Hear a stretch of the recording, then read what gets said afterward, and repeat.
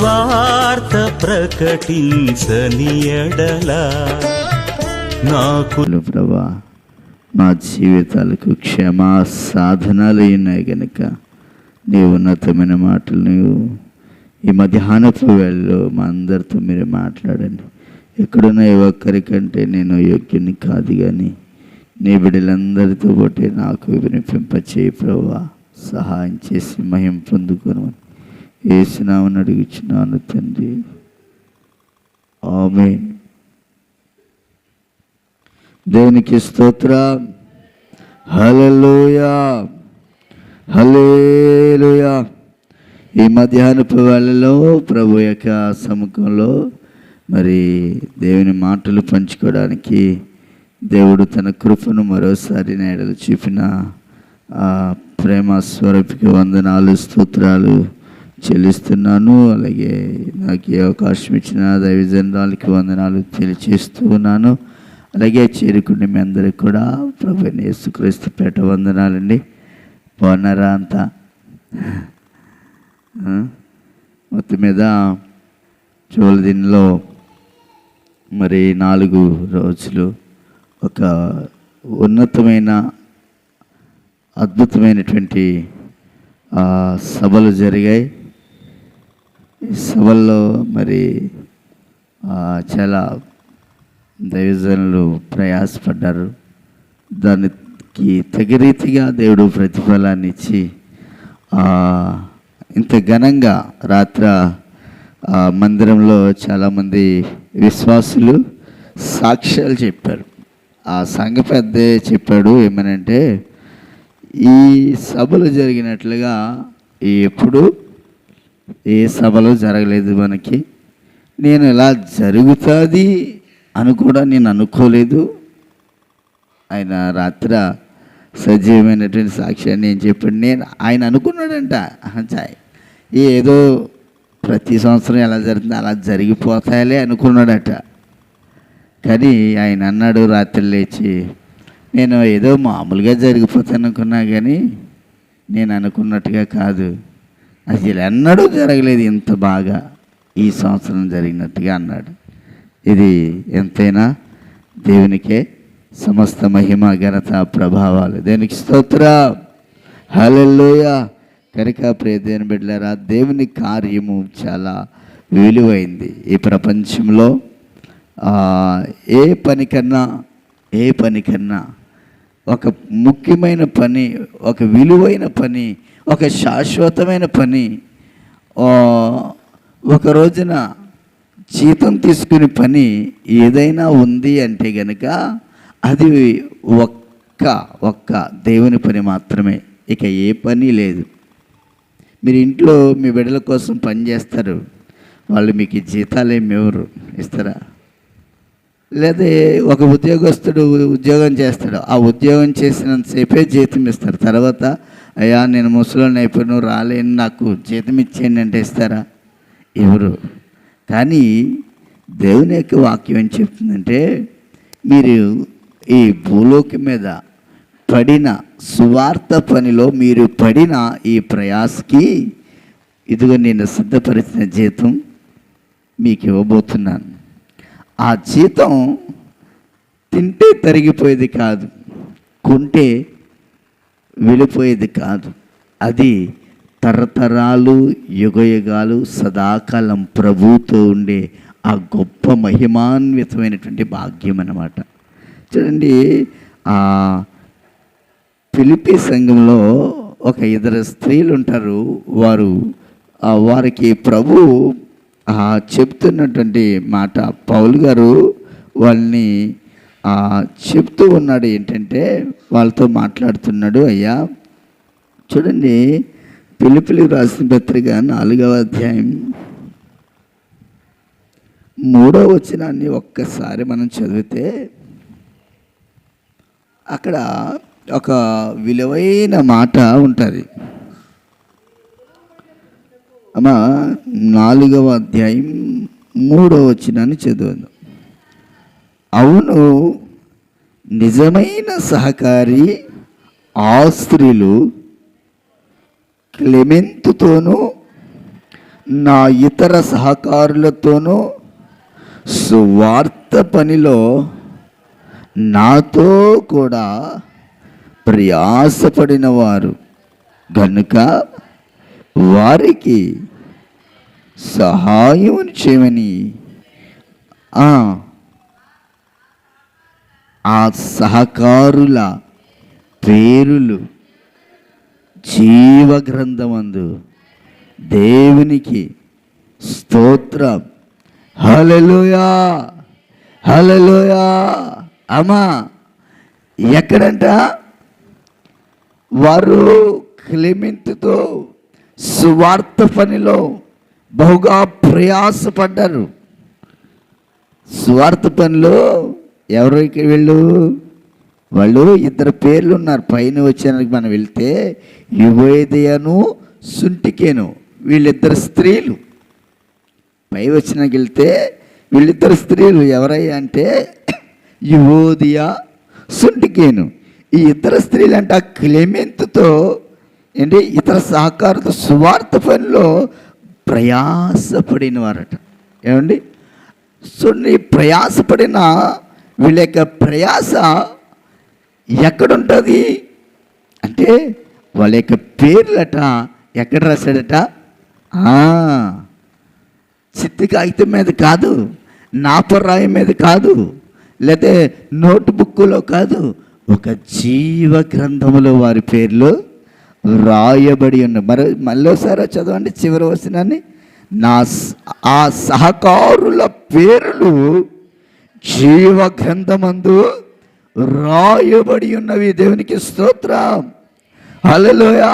ప్రియ దేవుడా, నువ్వు అనుకుంటున్నావు ఈ సువార్త పనిలో ప్రయాసపడితే నాకేంటి లాభం, నేను పని చేస్తే ఏంటి ప్రయోజనం?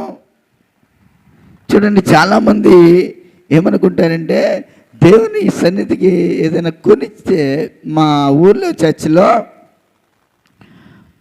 ఒక ఆయన ఫ్యాన్ కొనిచ్చాడు. ఫ్యాన్ కొనిచ్చి ఆ ఫ్యాను బిగించి ఆ ఫ్యాన్ వేయట్లేదు. ఫ్యాను వేయకూడదంట, అలాగే ఉండాలంట. ఎందుకట? ఫ్యాన్ కొనుక్కున్నది ఎందుకు? వేసుకోవడానికి. మరి వేయట్లేదు, జనాలు ఉక్కుపోతున్నారు. వేయండి, ఇప్పుడేకో వద్దు. ఏ అంటే అందరు వచ్చేయాలి, అందరు రావాలి, ఎందుకేంటంటే ఆ ఫ్యాన్ యొక్క రెక్కల మీద, ఆ 3 రెక్కల మీద 3 పేర్లు ఉన్నాయి. ఆయింది, అలా ఆవిడది, అలా పిల్లడిది. ఈ 3 పేర్లు అందరూ చూడాలి. ఒరే పలానా రాజశేఖరు, ఇక రత్నమని, సిద్ధు, ఈ 3 పేర్లు కనపడాలి జనాలకి. అందుకు ఆ ఫ్యాన్ అయినట్లా. అంటే ఫ్యాన్ మీద పేరుంటే వీడికి ఎంత సంతోషమో, ఎంత సరదో. ఇలా వాళ్ళ పేర్లు ఎక్కడ ఉండాలి? ట్యూబ్ లైట్ ఇస్తే ట్యూబ్ లైట్ మీద రాసేస్తారు పేరు. ఎక్కడ ఏది ఇస్తే దాని మీద పేరు రాసేయాలి, స్టిక్కర్ కొట్టేయాలి. ఒక బల్ల ఇస్తే బల్ల మీద కొట్టేయాలి పేరు. అంటే వీళ్ళ యొక్క ఆలోచన, వీళ్ళ యొక్క ఆశ ఏంటంటే మేము ఇచ్చింది మా పేరు కనపడాలి. పేరు ఎక్కడ? భూమి మీదే. ఆ పేరు నువ్విచ్చింది, నువ్వు ప్రయాసపడ్డది, లేదా నువ్వు చేసింది, నువ్వు సమర్పించుకున్నది, నీ ప్రతిష్ట అంతా కూడా ఒకరోజు నాకు జీవ గ్రంథంలో రాస్తాడన్న విషయాన్ని వీళ్ళకి తెలియట్లా. అందుకే వీళ్ళకి చెబుతున్నాడయ్యా, మీ ప్రయాస ఎక్కడ రాయబడుతుంది? జీవ గ్రంథంలో రాయబడుతుంది. చూడండి, 1 కొరింథీ పత్రిక 14వ అధ్యాయం 1వ వచనాన్ని చూడండి.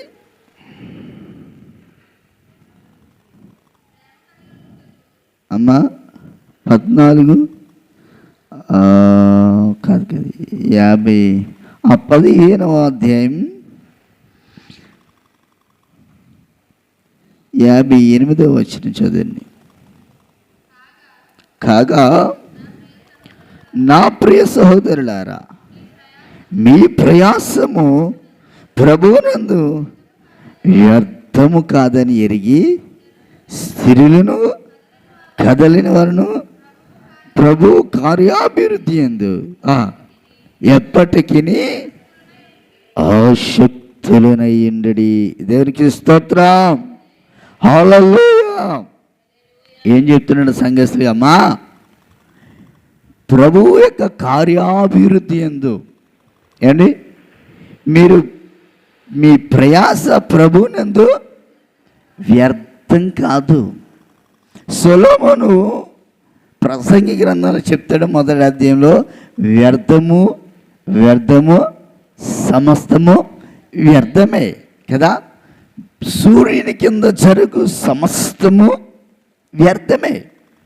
ప్రియమైన బిడ్డలారా, మనం అనుకుంటున్నాం మనం చాలా కష్టపడుతున్నాం, చాలా సంపాదించుకున్నాం, మంచి ఇల్లు కట్టుకున్నాం, మంచి ఒకరు కట్టుకున్నాం, మంచి కారు కొనుక్కున్నాం, మంచి ఆస్తి స్వాస్తులు సంపాదించుకున్నాం, అబ్బో చాలా బాగుంది మా పరిస్థితి అనుకుంటున్నాం. అయితే ఇదంతా వ్యర్థమే. సూర్యుని కింద జరిగేది ప్రతిదీ వ్యర్థమే. ఉందా? ఎప్పుడైనా చదివారా? చదివించిన చూడండి, ప్రసంగి గ్రంథంలో చెప్తాడు. ప్రసంగి గ్రంథం 1వ అధ్యాయం. ఈ మాటలు చెప్తున్నటువంటి వ్యక్తి ఎవరో ఒక అనామకుడు కాదండి. ఎందుకు చెప్తున్నాడు? ప్రసంగి 1వ అధ్యాయం తీసుకున్నారా అంతా? 1వ అధ్యాయం 2వ వచనం, 2వ వచనం. వ్యర్థము వ్యర్థమని ప్రసంగి చెప్తున్నాడు. వ్యర్థము వ్యర్థము సమస్తము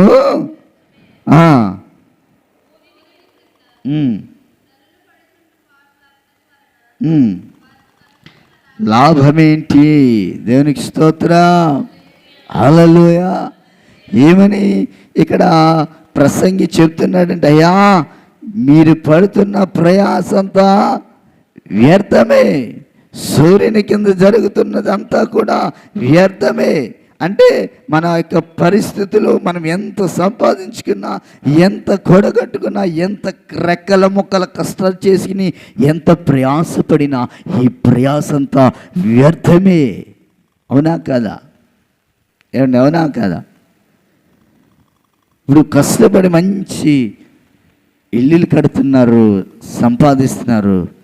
మీరు లేవలేని స్థితిలో, మనం లేవలేని స్థితిలో పిల్లలు మనల్ని ఏం చేస్తున్నారు చూస్తున్నారా?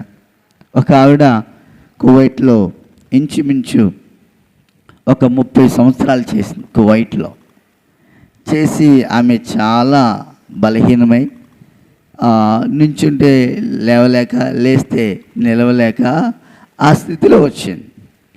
అయితే అప్పటి వరకు ఆమె కువైట్లో బాగా సంపాదించి డబ్బులు పంపి కొడుకులకి వాళ్ళకి వీళ్ళకి బండ్లు కొని, ఇల్లు కట్టి, పొలాలకు అన్నీ బాగా చేసింది. అప్పుడు బాగా మాట్లాడుతూ ఉన్నారు ఆమెతో చక్కగా, అబ్బో ఎలా కదిలా కానీ.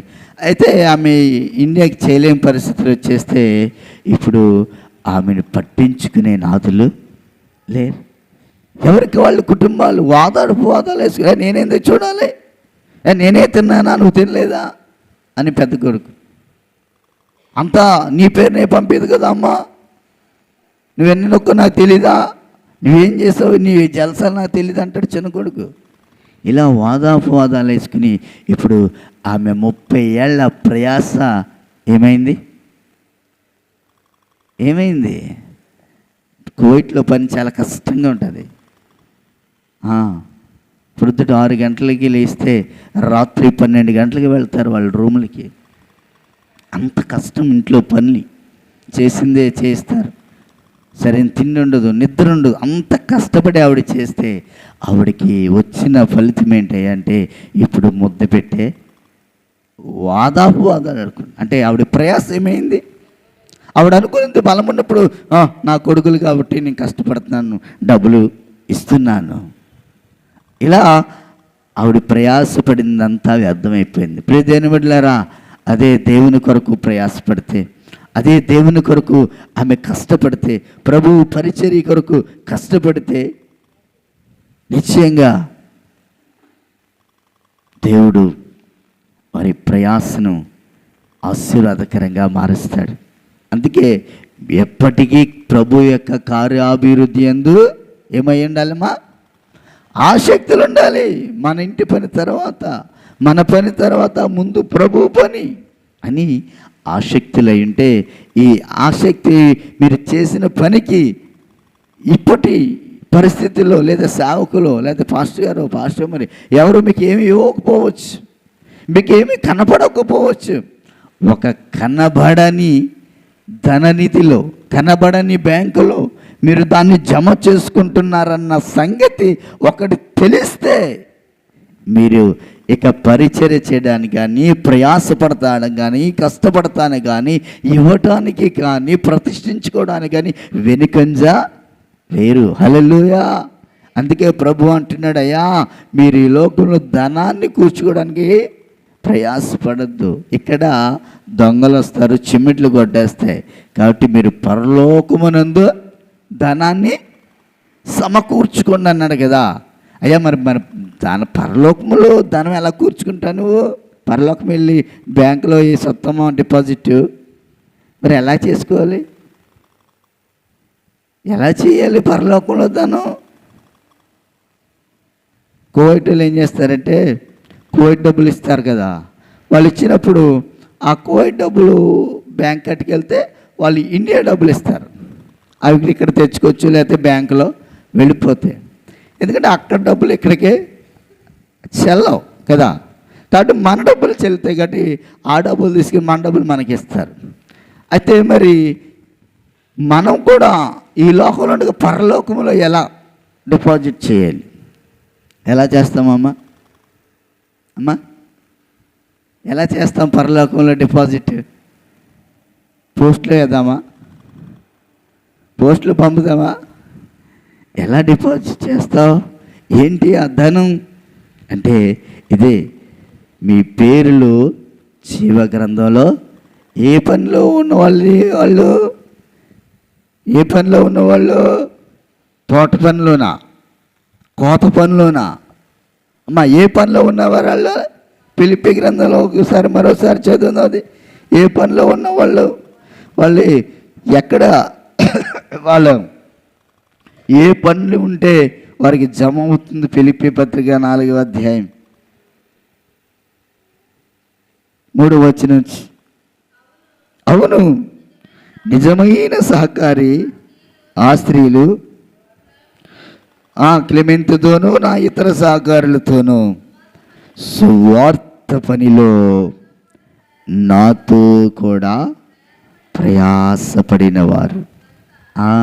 గనుక ఏమండి ఏ పని అది? అది సువార్త పని. సువార్త పని, దేవుని పని, మందిర పని, మందిర పరిచర్యలో ఎవరైతే ప్రయాసపడతారో, ఎవరైతే కష్టపడతారో, ఎవరైతే ఆసక్తి చూపిస్తారో, ఎవరైతే ఆశ కలిగి ఉంటారో వారి యొక్క పేర్లు, వారి యొక్క ప్రయాస, వారి కష్టం అంతా ఎక్కడ రాయబడుతుంది అన్నాడు? జీవ గ్రంథంలో. పాస్టర్ గారు రాయకపోవచ్చు, పాస్టర్ గారు రాయకపోవచ్చు, లేదా వేరే సేవకుడు రాయకపోవచ్చు, లేకపోతే మీ పిల్లలు పెద్దలు లేకపోతే పెద్దలు రాయకపోవచ్చు, ఎవరు రాయకపోవచ్చు. కానీ నీవు చేసే ప్రతి పని కూడా ఒక రోజున జీవ గ్రంథంలోంచి తీయబడుతుంది. అదే నీకు ధనం. అక్కడ నువ్వు 1000 రూపాయలు పట్టుకెళ్ళి పరలోకంలో బ్యాంక్ ఎక్కడుందండి, పరలోకం బ్యాంక్ ఎక్కడుందని అడిగితే లోకంలో ఎక్కడైనా దొరుకుతుందా మీకు? అమ్మా దొరుకుతుందా? పరలోకంలో నేను డబ్బులు కట్టుకోవాలి. ఎక్కడుందా? కావల్లో ఉందా పరలోక బ్యాంకు? నెల్లూరులో ఉందా పరలోక బ్యాంకు? హైదరాబాద్లో ఉందా? మరి ఎక్కడుంది బ్యాంకు? దేవుని మందిరమే దేవుని బ్యాంకు. హల్లెలూయా. దేవుని పరిచర్యే దేవుని బ్యాంకు. నీ డబ్బులు కాదు, నీ బంగారం కాదు, నీ ప్రయాస, నీ కష్టం. అయ్యో సువార్త ప్రకటించబడుతుంది, సువార్త ప్రకటించాలి. సువార్త ప్రకటించబడడానికి వెనుక ఉన్న, ముందు ఉన్న దానికి తగిన ప్రతి పరిస్థితికి నా వంతు సహకారం. నిజమైన ఏమంటున్నాడు? నిజమైన సహకారులు. వీళ్ళు అబద్ధమైన సహకారులు కాదు. కొంతమంది అబద్ధమైన సహకారులు ఉంటారు. ఎలాగా? వాళ్ళకి ఏదైనా మంచిగా లాభం చేకూరితే, వాళ్ళకి ప్రయోజనం వస్తే, వాళ్ళు లాభాపేక్ష కోరుతూ వస్తారే, అటువంటి వారు అబద్ధమైన సహకారులు అనమాట. కానీ దేవుని యొక్క వాక్యం చెప్తుంది, ఆ సుంటికేను యువోదయ ఇద్దరు స్త్రీలు చాలా నిజమైన సహకారులు వాళ్ళు.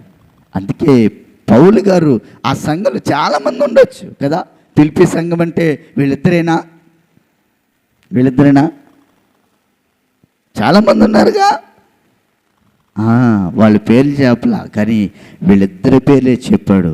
వాళ్ళట నిజమైన సహకారులు.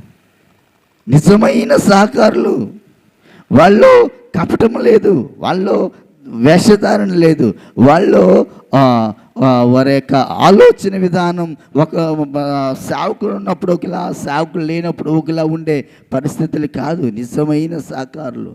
ఎక్కడైనా ఎప్పుడైనా ఏ పరిస్థితుల్లోనైనా వాళ్ళని నమ్మొచ్చు. అందుకే సామెత గ్రంథంలో చెప్పబడుతుంది, నిజమైన స్నేహితుడు విడువక ప్రేమిస్తాడట కదా. ఎస్, నా ప్రియమైన బిడ్డలారా, మన జీవితాల్లో ఈ బ్యాంకులో మన డిపాజిట్ వేసుకుంటేనే రేపొద్దుట ఆ పరలోకంలో ఆ డబ్బును మనం చక్కగా ఖర్చు పెట్టుకోవచ్చు. అర్థమైందా?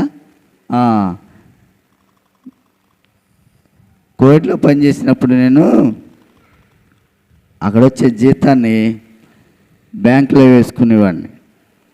బ్యాంకులో వేసుకుని ఇంటికి వచ్చిన తర్వాత చక్కగా ఏటీఎం కార్డు ఇలా తీసి అలా జలసాలు చేస్తూ ఉండేవాడిని. అక్కడ పని చేయడం, డబ్బులు బ్యాంకులో వేసుకోవడం, ఇంటికి రావడం, డబ్బులు తీసుకోవడం, బలాదురుగా తిరగడం, ఇది పని అయిపోయేది నాకు. ప్రతిమ వెళ్ళారా? ఎందుకు? అక్కడ కష్టపడ్డాను, జీతం ఇచ్చారు, దీంట్లో వేసుకున్నాను, ఇక్కడ ఎంజాయ్ చేస్తాను. నా డబ్బు, నేను కష్టపడ్డాది అది, కనుక నేను ఏదైనా చేసుకోవచ్చు. మరి రేపొద్దు నీకు పరలోకంలో ఏముంటుంది? అందుకే ప్రభు అంటాడు, ఇదిగో నేను త్వరగా వస్తున్నాను, వాని క్రియను బట్టి నేను. చూడండి, ప్రకటన గ్రంథంలో చూస్తాం ఒక విషయాన్ని. ప్రకటన గ్రంథం 22వ అధ్యాయం 12వ వచనాన్ని చదువుదాం. ఇదిగో నేను త్వరగా వచ్చుచున్నాను, వాని అక్కడ ఏమనుంది? వాని క్రియ చొప్పున. క్రియలు కాదు, క్రియ అంటే పని. అది ఉందా? క్రియలు కాదు, క్రియ అనగా దేవుడు పని. వాని పని చొప్పున నేను జీతం ఏముంది అక్కడ? ప్రతి వానికి ఇచ్చుటకు నేను సిద్ధపరిచిన జీతం అది. ఏంటమ్మా, ఉందా లేదా ఆయన దగ్గర జీతం? పొందుకుంటామా లేదా? మరి జీతం తీసుకోవాలంటే ఇక్కడ ఏం చేయాలి? టీచర్గా చేస్తున్నాడు స్కూల్లో, నెల వస్తుంది, ఏమి ఇస్తున్నారు? జీతం కదా. నేను వెళ్ళండి, స్కూల్కి వెళ్ళండి, ఇంట్లోనే ఉంటాను, నాకు నెలకి జీతం ఇచ్చిందంటే ఇస్తుందా గవర్నమెంటు? అమ్మ ఇస్తుందా? ఇవ్వదుగా. ఇస్తుందా? అలాగే మరి పొద్దుట మనం చచ్చిపోయిన తర్వాత, ప్రభా నేను నమ్ముకున్నాను, పాటలు పాడాను, ప్రతి ఆదివారం వెళ్ళేవాడిని, ఏది నా జీతం అంటే ఇస్తాడా? ఇస్తాడా? కాదు. నీవు చేసిన పనిని బట్టి, నీవు పడిన ప్రయాసను బట్టి, నీవు చూపిన ప్రేమను బట్టి, నీకున్న ఆసక్తిని బట్టి, ఆశని బట్టి, చేస్తున్నటువంటి క్రియను బట్టి నీకు జీతాన్ని సిద్ధపరిచాడు దేవుడు. మనందరికీ సిద్ధపరిచాడు. నీవు ఎంత చేసుకోగలిగితే అంత జీతం, ఎంత ప్రయాసపడితే, ఎంత పని చేస్తే అంత డబ్బు దేవుడు పరలోకంలో నీ కొరకు సమకూరుస్తూ ఉన్నాడు. ఒకసారి ఒక వ్యక్తి అట కలకన్నాడట. ఒక పెద్ద ధనికుడు అంటే పరలోకం వెళ్ళాడట. పరలోకం వెళ్తే కొన్ని ఇల్లులు, చాలా పెద్ద పెద్ద ఇల్లులు ఉన్నాయంట. పెద్ద పెద్ద ఇల్లులు, బంగారంతో కట్టిన ఇల్లులు ఉన్నాయంట. ఇల్లు ఉంటే ఆ ఇల్లులో ఈ ధనికుడు అనుకున్నాడంట, ఈ పెద్ద ఇల్లులో ఏదో ఇల్లు నాది అయ్యి ఉంటుందిలే, నాది అయ్యి ఉంటుంది. ఎందుకంటే నేను బాగా కానుకలు ఇస్తాను కదా దేవుడికి, ఏదో సెట్ చేసి ఉంటాడు అని అనుకుంటే అలా అలా తీసుకెళ్ళి చాలా చివరిని ఒక చిన్న ఇల్లు ఇచ్చాడట. సరే, ఇదేంటి ప్రభువా నాకు ఇల్లు ఇచ్చావు, మరి ఆ పక్కనే ఇంకో పెద్ద ఇల్లు ఉందంట. అది ఈయనకి కారు నడిపే డ్రైవర్కి ఉందంట ఇల్లు. ఆ డ్రైవర్ పేరు ఉందంట ఇల్లు. ఏముందమ్మా? ఈ ధనికుడికి కారు డ్రైవ్ చేస్తాడే ఆయనకు ఉందంటే, ఆయన పేరు మీద అడుగుతున్నాడు, ప్రభువా ఏంటిది, నాకేమో ఇంత చిన్న ఇల్లు, నా డ్రైవర్కి ఇంత పెద్ద ఇల్లా? అవునరా, మరి కింద నుంచి ఆయన ఎక్కువ డబ్బు పంపుతున్నాడు నాకు, అందుకే పెద్ద ఇల్లు కట్టించాను. నువ్వేమీ పంపించలేదు, ఇది ఇంతే కట్టాను. మరి నువ్వు పంపించలే డబ్బు, నేను కట్టలేదు ఇల్లు అన్నాడట. అప్పుడు వెంటనే తేరుకున్నాడు.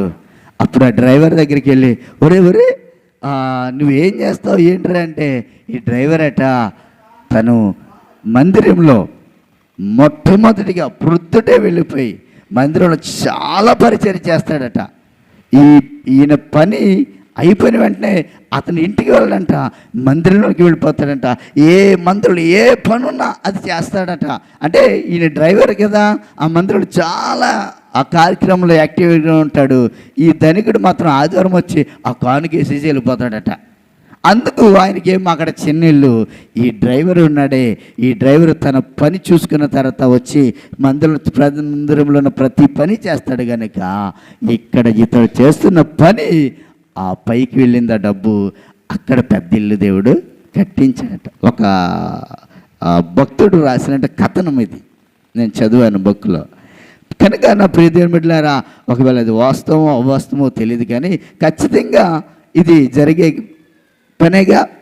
ఇప్పుడు మీ అబ్బాయి ఏదో ఉద్యోగంలో చేరాడు, ఎక్కడికో పట్టణానికి వెళ్ళాడు, అతడు బాగా సమృద్ధిగా డబ్బులు పంపిస్తున్నాడు అనుకో, మీరు ఇక్కడ ఏం చేస్తారు? పొలం కొనటమో, ఇల్లు కట్టడమో, బంగారం కొనటమో ఏదో చేస్తారు కదా. ఎందుకు?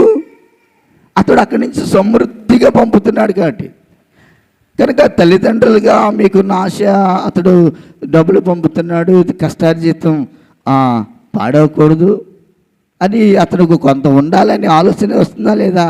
మరి మీ పరలోకపు తండ్రి ఆయన అంటున్నాడు, మీరు ఈ లోకపు తల్లిదండ్రులు చెడ్డవారై ఉన్న మీరే మీ పిల్లలకి ఇంత ఎలా ఆలోచిస్తారు కదా, పరలోకమందున్న తండ్రి నేను ఇంకా గొప్పవాడిని కదా, మంచివాడిని కదా, నేనెంత ఆలోచిస్తాను అనుకోవచ్చుగా మనం. అవునా? మనం చేస్తున్న ఈ మందిర పరిచర్యే, మనం చేస్తున్న దేవుని సువార్త పనిలో ప్రయాసే ఒక రోజున పరలోకంలో మనకు ఘనతనిచ్చేదండి. హల్లెలూయా, ఘనత ఇస్తుంది. ఈ రోజున చూడండి, మీరు హెబ్రోన్ చర్చ్ కానీ ఎల్ఈఎఫ్ చర్చ్ కానీ మీరు వెళ్తే అక్కడ కలెక్టర్లు సైతం, ఎంఆర్ఓలు సైతం వాళ్ళు ఎక్కడెక్కడ ఉంటారు తెలుసా? బాత్రూమ్లు కడిగే వాళ్ళు ఉంటారు. చెప్పులు స్టాండ్, మీరు ఎల్ఈఎఫ్ చర్చికి ఎప్పుడైనా వెళ్తే తెలుస్తుంది. చెప్పులు కూడా గజిబిజిగా ఎట్టినాడు. చెప్పులు కూడా ఒక అతను నుండి ఆ చెప్పులు తీసి ఒక స్టాండ్లో పెడతాడు. స్టాండ్లో పెట్టి అక్కడ కూర్చుంటాడు. ఎవరు వచ్చినా ఆ చెప్పులు తీసి ఆ స్టాండ్లో చాలా క్రమంగా. చెప్పులు కూడా ఒకడు ఉంటారు తెలుసా మీకు? ఆదివారం ఎల్ఈఎఫ్ చర్చిలో చెప్పులు గజిబిజిగా ఎట్టినాడు. అక్కడ ఒకడు నుండి ఆ చెప్పులు స్టాండ్లో పెట్టేస్తాడు. ఆ చెప్పులు స్టాండ్లో పెట్టి క్రమంగా మళ్ళీ వచ్చి ఆ చెప్పులు తీసుకుని వెళ్ళేలాగా ఆ చెప్పులు స్టాండ్ కాడ ఉంటారు. ఇలా చాలామంది. ఎందుకు వీళ్ళు ఇంత హోదాలో ఉండి, ఇంత మంచి ఉద్యోగస్తులండి, ఎంఆర్ఓలండి, కలెక్టర్లైన ఇంత తగ్గించుకుంటున్నారు? కారణం ఏంటంటే వాళ్ళకి తెలుసు, ఇక్కడ మనం పని చేస్తే ఒకవేళ డబ్బు వస్తే ఇదంతా కూడా వ్యర్థమే భూలోకంలో. అందుకే పౌలు గారు అంటారు, మనము తల్లి గర్భం నుండి ఏమీ తీసుకుని రాలేదు, పోయేటప్పుడు ఇది తీసుకుని పోలేం. కనుక మనము అన్న వస్త్రాలు కలిగి ఉంటే అది చాలంటాడు పౌలు గారు. కనుక నా ప్రియమైన బిడ్డలారా, దేవుని యొక్క వాక్యం చెప్తుంది, ఈ లోకంలో మనం ఎలాగైనా బ్రతికిని, కూడున్నా కూడు లేకపోయినా, గూడున్నా గూడు లేకపోయినా, ఒకవేళ సంపన్న స్థితిలో ఉన్నా దీన స్థితిలో ఉన్నా, లేదా మన యొక్క ఆరోగ్య స్థితిలో ఉన్న అనారోగ్య ఏ స్థితిలో ఉన్నా, మనము దేవుని కొరకు ప్రయాసపడే వారంగా ఉంటే, స్వార్థ పనిలో ఆసక్తితో ఉంటే, దేవుని మందిర పరిచర్యలు మనం ముందడుగు వేయగలిగితే నిశ్చయంగా ఆ పని, ఆ ప్రయాస ఎక్కడ రాయబడుతుందంట? జీవ గ్రంథం. అనుకోవచ్చే, వాళ్ళు చేస్తున్నారులే మనం ఎందుకు అంటే వాళ్ళకే ఉంటుంది, వాళ్ళదే రాస్తాడు.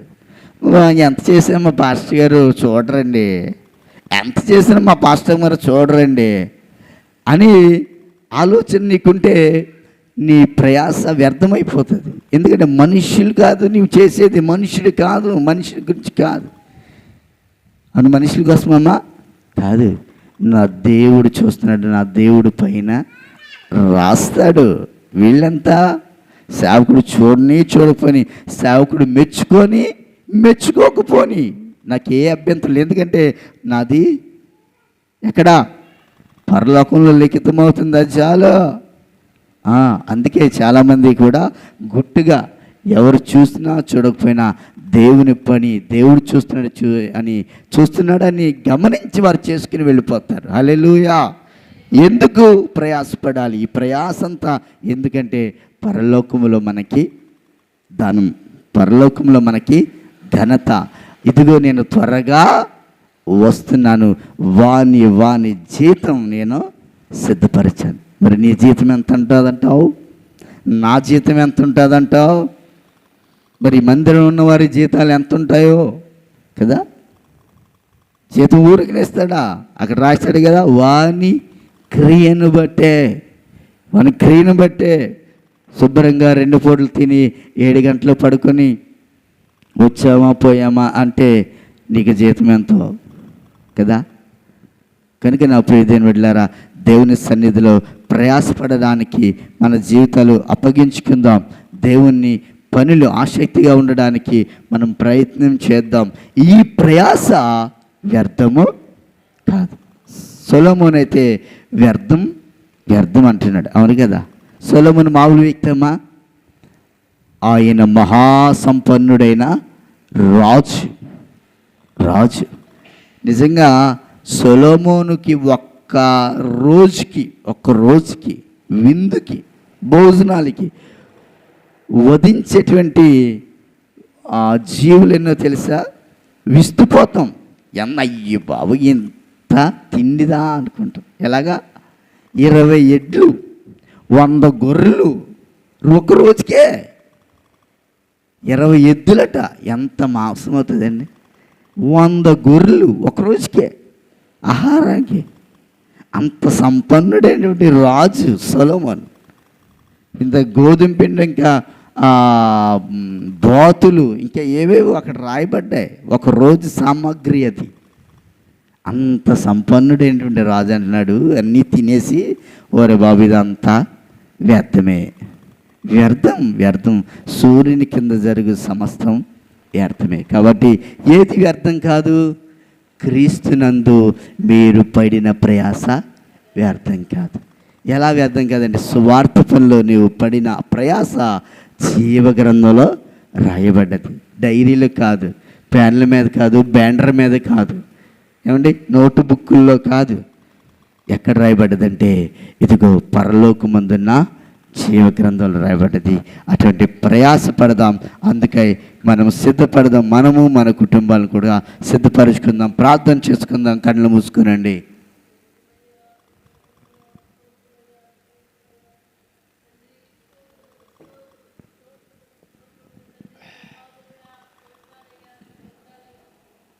స్తోత్రం. స్తోత్రములు స్తోత్రములు స్తోత్రములయ్యా. మహాగరుడ మహోన్నతుడ మీకు కృతజ్ఞతాస్తుతులు చెల్లిస్తున్నాం ప్రభా. మీ దాసుని నిలబెట్టి తండ్రి యేసయ్య అభిషేకించి మీరు మాట్లాడిన ప్రతి మాటను బట్టి కృతజ్ఞతాస్తుతులు చెల్లిస్తున్నాం ప్రభా. ఈ లోక సంబంధంగా ఎన్నో సాధించాలని ఎంతో సంపాదించుకోవాలని ప్రయాసపడుతున్నాం కానీ ప్రభా సమస్తము వ్యర్థమని మహాజ్ఞాని ప్రభా మహారాజు అయినటువంటి సొలొమోను సెలవిస్తున్నాడు. అట్టి సత్యాన్ని గ్రహించిన వారిగా ప్రభా యేసయ్య లోకమునందు ప్రయాసపడక తండ్రి క్రీస్తునందు పడిన ప్రయాసము వ్యర్థము కాదని ఎరిగి ప్రభువా యేసయ్య నీ కొరకు తండ్రి ఈ పరిచర్య చేస్తూ పరలోకపు రాజ్యపు ధననిధిని సమకూర్చుకునే కృప మీరు ఇవ్వమని కోరుచున్నామయ్యా. సహాయాన్ని స్థిరపరచండి, కృపతో జ్ఞాపకం చేసుకోమని తండ్రి నీ సేవకులకు నిజమైన సహకారులుగా ఉండే ధన్యత ప్రభా మాకును అందరికీ దయచేయమని అయ్యా. మా క్రియ చొప్పున తండ్రి మీరు సిద్ధపరిచిన జీతాన్ని తండ్రి యేసయ్య అయ్యా పెంచుకుని ప్రభా నీ రాజ్యంలో నిన్ను ఎదుర్కొని ప్రభా జీవ గ్రంథంలో ఒక ఉన్నత స్థానాన్ని సంపాదించుకునే కృప మీరు అనుగ్రహించమని యేసు నామమున అడుగుచున్నాము తండ్రి.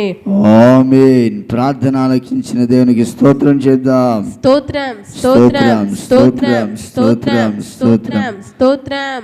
మహాగణుడా జీవాధిపతి సర్వాధికారి నా యేసయ్యానికి వందనాలు స్తోత్రాలు చెల్లిస్తున్నాం ప్రభా. ఈ ఉపవాస కొడుకు ఇంతవరకు నీ నామ మహిమార్థమై జరిగించారు దేవా స్తోత్రం. పాటల విషయంలో ఆరాధన విషయంలో ఉపదేశ విషయంలో నీ కృప చూపించారు దేవానికి వందనాలు స్తోత్రాలు. చేరుకూడిన నీ బిడ్డలను జ్ఞాపకం చేసుకోండి ప్రభా, బలపరచండి. ప్రతివిధం బలహీనతను తొలగించి క్షేమాన్ని ఆయుష్ను ఆరోగ్యాన్ని వారికి